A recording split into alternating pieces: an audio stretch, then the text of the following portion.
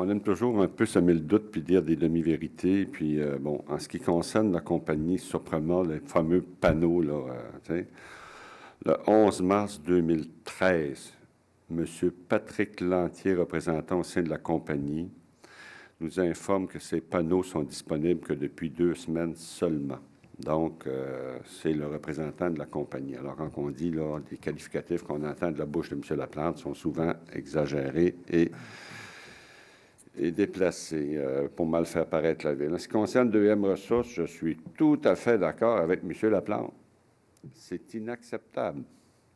Sauf que, lorsqu'on voit qu'on peut essayer de relocaliser l'entreprise, atténuer les conséquences sur l'environnement, sur les gens qui y résident, lorsqu'on consulte la population, les résidents du secteur, puis qu'ensemble, qu'on décide d'essayer d'y donner une chance pour effectivement le placer, puis c'est une bonne entreprise qui voit c'est un avenir prometteur, puis c'est reconnu par le ministère de l'Environnement, par ESSEC Québec, par tout le monde.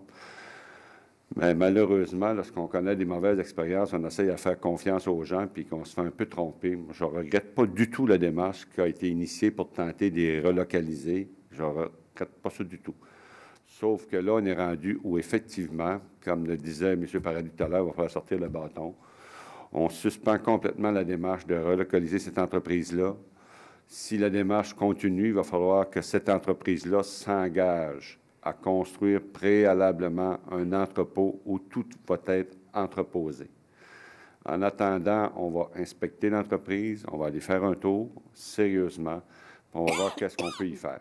C'est sûr que c'est complètement inacceptable lorsqu'on retrouve des débris de verre dans les cours. Ça fait plusieurs années que je travaille avec les citoyens. On essaie de trouver des solutions. Il n'y a pas de solution miracle, sauf peut-être qu'il y a un entrepôt où il va devoir mettre ses matières.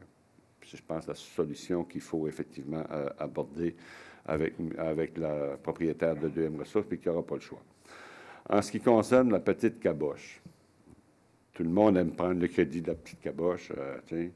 Moi, je pense qu'il y a une personne, malheureusement, qu'on a oublié ce soir là-dedans, qui a fait un travail de collaboration, de partenariat avec la Ville de Saint-Jean.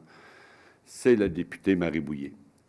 C'est Marie Bouillet qui est vraiment intervenue dans le dossier, qui a vu qu'il y avait des problèmes de moisissure, qui a vu à ce que le nombre de postes soit augmenté, elle reste, que ça soit relocalisé. Elle a obtenu ce qu'il fallait, je pense, en collaboration avec la Ville. On voit qu'il y a eu un bon partenariat avec la députée là-dedans. Puis à mon avis, je pense que ça a été vraiment la personne qui a porté le dossier à l'Assemblée nationale, qui a vu convaincre ses collègues, entre autres, même s'il était dans l'opposition officielle à ce moment-là. Je pense qu'il ne faut pas oublier le travail de Marie Bouillet, qui était une intervenante très importante au niveau de la petite caboche. Ensuite de ça, écoutez, je pense qu'on a un beau projet, la patinoire du Canadien. Je pense que c'est un beau projet. Je pense qu'il va justement rassembler la collectivité autour de ce projet bleu-blanc-rouge. Je pense que ça va être important pour la Ville. Je pense qu'on a ce qu'il faut pour convaincre effectivement l'organisation de la Fondation de nous accorder cette patinoire au centre-ville. Je pense que c'est un projet important pour nous. C'est un projet qui est porteur. Je pense qu'il faut ensemble, il faut ensemble travailler sur les points positifs. La critique est facile, surtout en période préélectorale. Tout le monde vient un petit peu apporter ses commentaires dans un but évident de sa prochaine campagne électorale. Vous allez attendre des noms prochainement de gens. Regardons ça, on ne l'avait pas vu. Tout à coup, regardons ça, les candidates ou candidats avec un tel ou un tel. Soyez pas surpris. C'est l'expérience qu'on a lorsqu'on a une période électorale comme ça. Alors, soyez pas surpris de voir des gens qui viennent intervenir. Puis c'est tout à fait correct. Moi, je n'ai aucun problème avec ça, que les gens viennent intervenir, s'interrogent.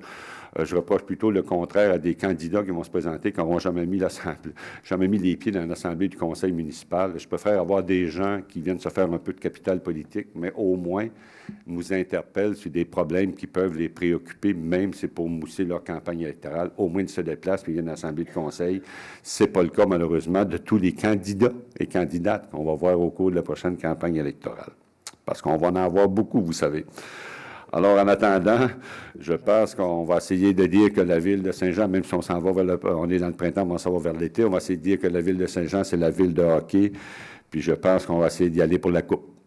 Ça fait que, et n'oubliez surtout pas, effectivement, la politique de l'arbre de main, même s'il y a déjà des dénigreurs sur Facebook. Écoutez, Facebook, ça sert, c'est un défoulement collectif, je pense.